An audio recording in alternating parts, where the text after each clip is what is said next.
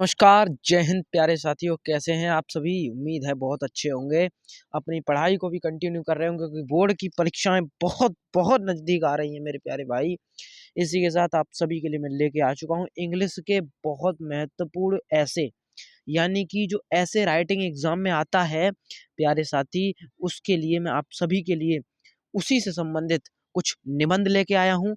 आपको तरीका बता दूँगा कि किस ढंग से, किस तरीके से आपको बोर्ड परीक्षा में ये निबंध लिखने हैं। मेरे प्यारे साथियों, वीडियो को पूरा ज़रूर देखें। अपने प्यारे साथियों यानी कि अपने प्यारे भाई-बहन जो भी आपके क्लास 10th या 12th में उनके पास ज़रूर शेयर करें। आप सभी से मैं कहना चाहूँगा ये बात। और प्यारे साथियों, मैं आप सभी को बता दूँ बोर्ड एग्ज़ाम के लिए बहुत महत्वपूर्ण है। कुल 4 निबंध आपको बताऊँगा, बोर्ड परीक्षा के लिए इम्पोर्टेंट हैं। आप इन्हीं से और निबंधों को भी तैयार कर लोगे, समझ पा रहे हो? सबसे पहला ऐसे तो आप स्क्रीन पर देख ही पा रहे होंगे, ऐसे ऑन द दिवाली फेस्टिवल। यानी कि जो दिवाली आती है, उस पर दिवाली का जो त्योहार है, उसके ऊपर एक निबंध मैंने तैयार किया है यहाँ पर। ठीक, 4 कराऊँगा महत्वपूर्ण, आपको बता देता हूँ कौन-कौन से कराऊँगा। बोर्ड एग्ज़ाम में बहुत बार ये आए हैं, उसी हिसाब से छाँट कर लाया हूँ। दूसरा, ये पॉल्यूशन के ऊपर है एक। ठीक है साथी, पॉल्यूशन यहाँ पर मैं सही से लिख नहीं पाया, ठीक, उसके लिए माफ़ी चाहूँगा, लेकिन मैं अब लिख दिया यहाँ पे।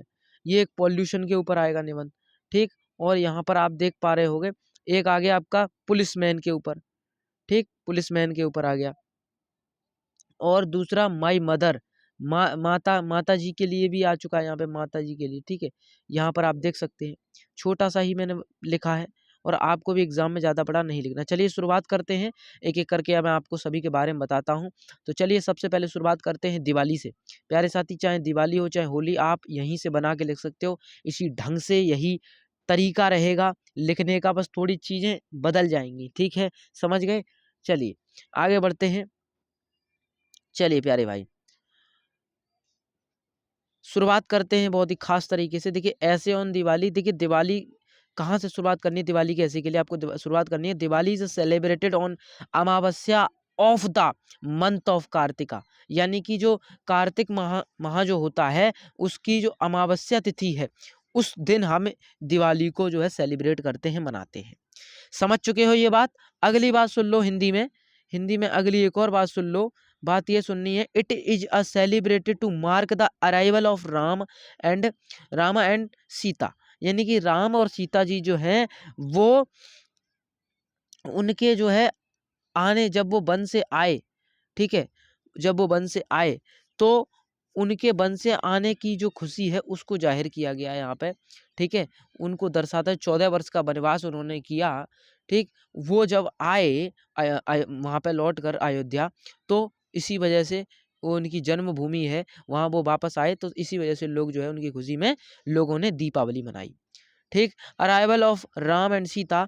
अब आए प्यारे साथी, white washing of houses and shops, यानी कि जो है एकदम साफ सफाई जो है दुकानों की, घरों की जाती है, ठीक है, दीपावली से पहले। और sweets are prepared on large scale, यानी कि बड़े पैमाने पर जो है प्रिपेयर, यानी कि तैयार की जाती हैं क्या, मिठाइयाँ, ठीक। ऑन द नाइट ऑफ अमावस्या, प्यारे साथी ये डबल बार रिपीट हो गया है, ऑन यहाँ एक बार है। ऑन द नाइट ऑफ अमावस्या की रात को people worship to goddess Lakshmi, यानी कि जो माता लक्ष्मी है, उनकी पूजा जो है सभी लोग करते हैं। और साथ ही साथ गॉड गणेश, यानी कि भगवान गणेश जी की भी पूजा उस दिन होती है, आप ये तो जानते ही हो। अब आपको लिखना है, the night turn into day by candle and electric lamp, यानी कि जो रात है वो एकदम दिन की तरह जगमगाती है, किसके द्वारा, कैंडल यानी कि मोमबत्ती, और जो इलेक्ट्रिक लाइट जो होती है हम लगा लेते हैं अपने घरों में दीपावली पर, आपको सभी को पता होगी ये बात। तो प्यारे साथी, उनके लिए लैंप। और फिर आगे क्या कहा गया है प्यारे भाई, आगे कहा गया है, मैं आपको बता देता हूँ आगे। आगे है, this is the only festival which is celebrated in whole country, यानी कि यह एकमात्र ऐसा त्योहार है जो विच इज सेलिब्रेट, यानी कि जो कि इन द होल कंट्री, यानी कि पूरे संपूर्ण देश में मनाया जाता है, ठीक। This festival brings a happiness, simply इतना आपको लिख देना है। क्या लिखना है कि this festival brings a happiness, यानी कि ये खुशहाली लाता है। यह जो त्योहार है वो खुशियां लाता है। समझ गए बात को? ये आपके प्यारे विशेष भैया जी ने आपको सिखाया, पढ़ाया और समझाया है। ठीक, चलिए आगे बढ़ जाते हैं अगले ऐसे की ओर। मुझे उम्मीद है आपको कोई भी डाउट इसमें नहीं रहा होगा। आपको जैसे मैंने ये इस ढंग से लिखा है उसी ढंग से आपको लिखना है। ठीक है, होली के ऊपर भी आप इसी तरीके से बना सकते हो, कोई बड़ी बात नहीं है। अगर आप कहो तो मैं आपको जो है पूरा का पूरा बता दूंगा एक बार लिख कर। ठीक है, अगर आपको चाहिए होली पर तो कमेंट कर देना। ठीक है, चलिए आ जाइए अब अपना पॉल्यूशन वाला देख लेते हैं। पॉल्यूशन, प्यारे भाई, पॉल्यूशन यानी कि प्रदूषण जिसको बोला जाता है। अब पॉल्यूशन के ऊपर भी बहुत बार आता है। ठीक है, हाँ बिल्कुल ठीक है भैया। अब देखो समझो पॉल्यूशन का कैसे करोगे।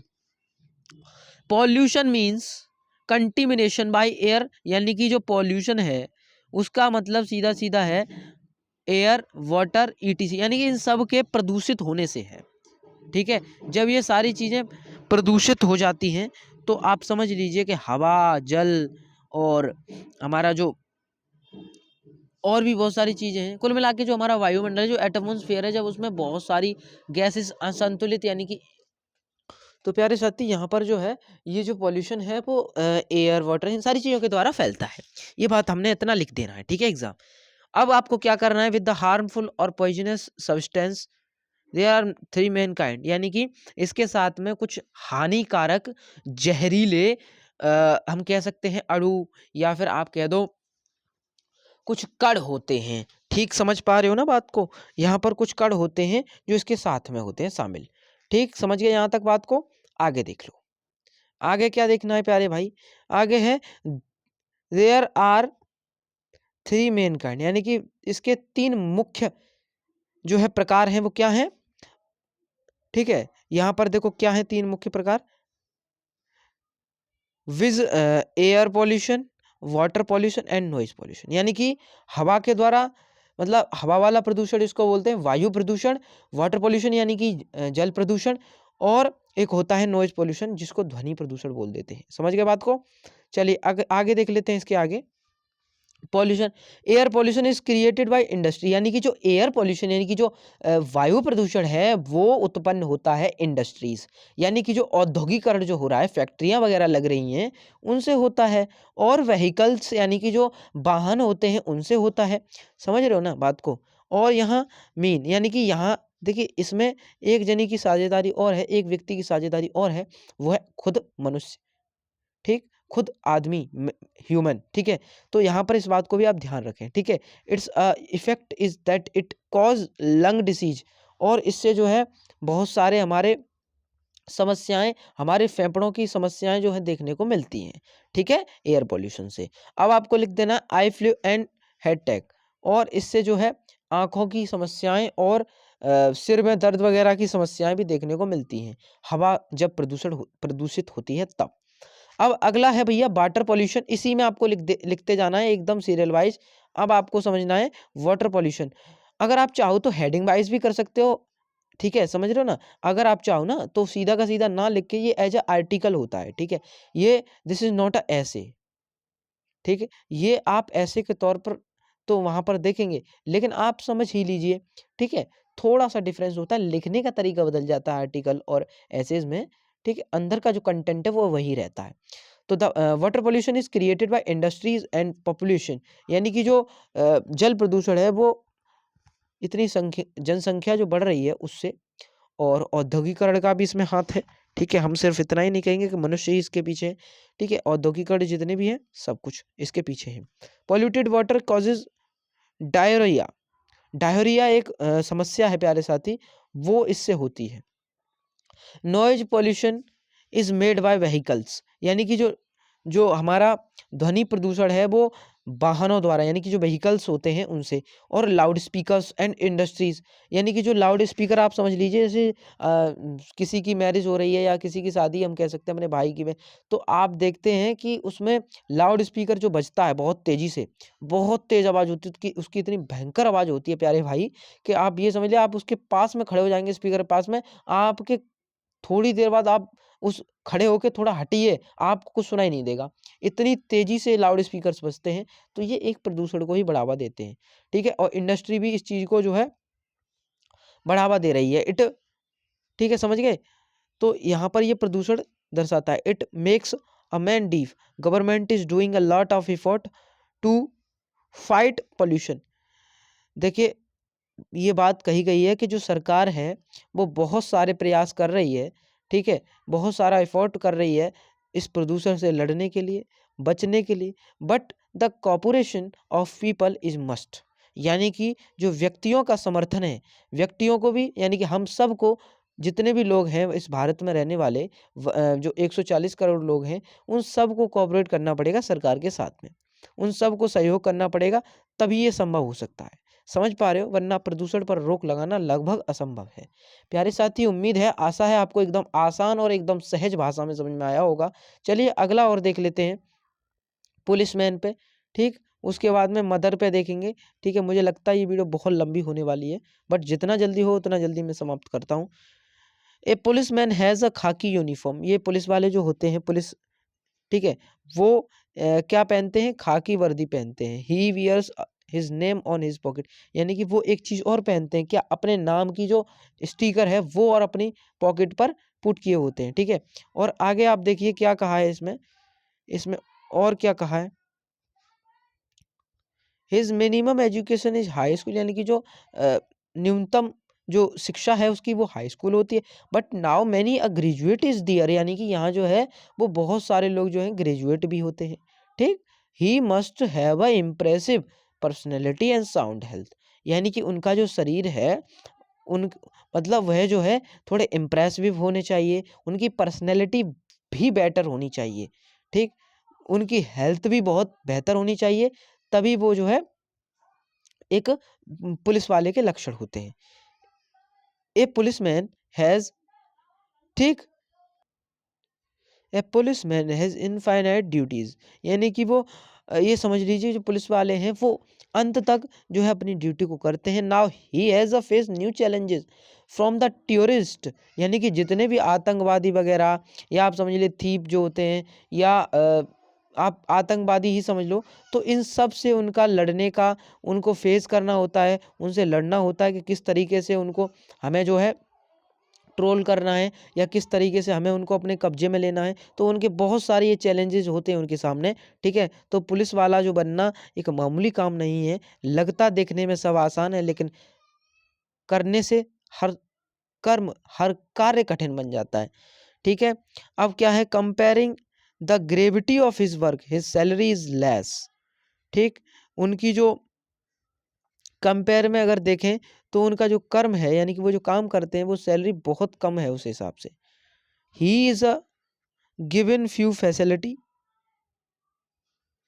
ही क्या है, he is a given few facility, ठीक है, बहुत सारी उनको जो है दी जाती हैं क्या, सुविधाएं। His service to the society are great, where there is a crowd we see a policeman there, जहाँ भी आपने देखा है कि यहाँ कोई समस्या, आप समझ लीजिए यहाँ पर हल्ला वगैरह या लड़ाई झगड़ा वगैरह ये सारी चीज़ें होती हैं, तो वहाँ हम जरूर ही किसी न किसी पुलिस ऑफिसर को देखते हैं। ये बात तो आपने देखी होगी, समझ रहे हो ना बात को। उम्मीद है, मुझे आशा है आपको ये पूरा बेहतर तरीके से समझ में आया होगा। आगे देख लेते हैं, बहुत बहुत महत्वपूर्ण है। माई मदर के ऊपर ऐसे देखते हैं प्यारे भाई, माई मदर, मेरी माताजी, मेरी प्रिय माताजी, इनके ऊपर देख लेते हैं। छोटा ही है, माई मदर इज, ठीक है, आपकी माता का जो भी नाम है आप लिख सकते हैं, कोई बड़ी बात नहीं है एग्जाम में। ठीक है, मैं यही कहूँगा। My mother is Savita Damayanti and she wears a sari, यानी कि वो जो है, मेरी माता का नाम जो है, या मेरी माताजी जो है, उनका नाम ये है, ठीक है, सविता दमयंती, और सीवियस और साड़ी, यानी कि वो जो है पहनती हैं क्या, sari. Her behaviour is a very kind and loving, उनका जो बर्ताव है वो बहुत ही दयालु वाला, दयालु भाव का और प्रेम पूर्वक वाला भाव है। ठीक है, she is a gentle and kind and empathetic, ठीक है, सिंपैथेटिक, सॉरी मैंने देख नहीं पाया प्यारे साथी, ये सिंपैथेटिक। और she gets up at 5 AM, she clean the home, प्यारे साथी वो जो उनका दयालुता का भाव उनके अंदर है, ठीक है, और वो जेंटल हैं। और यहाँ पर आप समझिए, सी गेट्स अप एट 5 AM, यानी कि वो सुबह जल्दी उठ जाती हैं। ठीक है, और 5 बजे उठ जाती है, 5 बजे जल्दी ही होता है प्यारे साथी। शी क्लीन्स द हाउस, वह जो है घर को साफ करती हैं, झाड़ू लगाती हैं इस तरीके से। She prepares breakfast and tiffin for father and me, मतलब वो मेरी जो माताजी हैं वो मेरे लिए और मेरे पिताजी के लिए जो है टिफिन रेडी या तैयार करती हैं, ठीक है, ब्रेकफास्ट के तौर पर। And she helps in my homework, वह मेरे गृह कार्य को करने में भी मदद करती हैं। ये बात भी आपको लिख देनी है। अब अगला है, I love my mother because she tends me like a plant, she fulfil my need, मतलब मेरी माताजी जो हैं वो मुझे, ठीक है, एक टेंड करती हैं एक प्लांट यानी कि पौधे की तरह, और सी फुलफिल्स माई नीड्स, वो मेरी हर आवश्यकता से भरी हुई हैं। ये बात यहाँ पर कही गई है। प्यारे साथी, आप अगर चाहें तो यहाँ पर इतना, ठीक है, क्योंकि देखिए आप ये बात हमने लिख दी है आई लव माई मदर वाली, तो it is not a compulsory that कि इसको लिखना ही है, ठीक है, ये जरूरी नहीं है। आपने पहले ही यहाँ पे लिख दिया तो दोबारा लिखने की जरूरत नहीं है ना, हमने पहले ही लिख दिया आई लव माय मदर। अगर आप चाहें तो लास्ट में भी लिख सकते हैं इस बात को, और लास्ट में ही है, ठीक है। आप देखिए यहाँ पर बहुत सारी चीजें मेंशन नहीं की गई, जैसे हमारी माताजी को क्या खाना पसंद है, हमारी माताजी की एज क्या है, वो भी चीजें आप यहाँ पर मेंशन कर सकते हैं अगर आपको ऐसे को थोड़ा बड़ा करना है तो। आई होप आपको ये पूरा का पूरा ऐसे समझ में आया होगा। लाइक करना बिल्कुल ना भूलें, शेयर भी कर दें प्यारे साथी, इस वीडियो को लाइक शेयर और चैनल को सब्सक्राइब जरूर करें, क्योंकि आने वाले समय में मैं आप सभी को बहुत बेहतर तरीके से आपकी बोर्ड एग्जाम की तैयारी कराऊंगा। तो प्यारे साथी, इसी के साथ मिलते हैं जल्दी के एक और बेहतर, खास, जानदार, बेहतरीन टॉपिक के साथ। तब तक के लिए जय हिंद और जय भारत।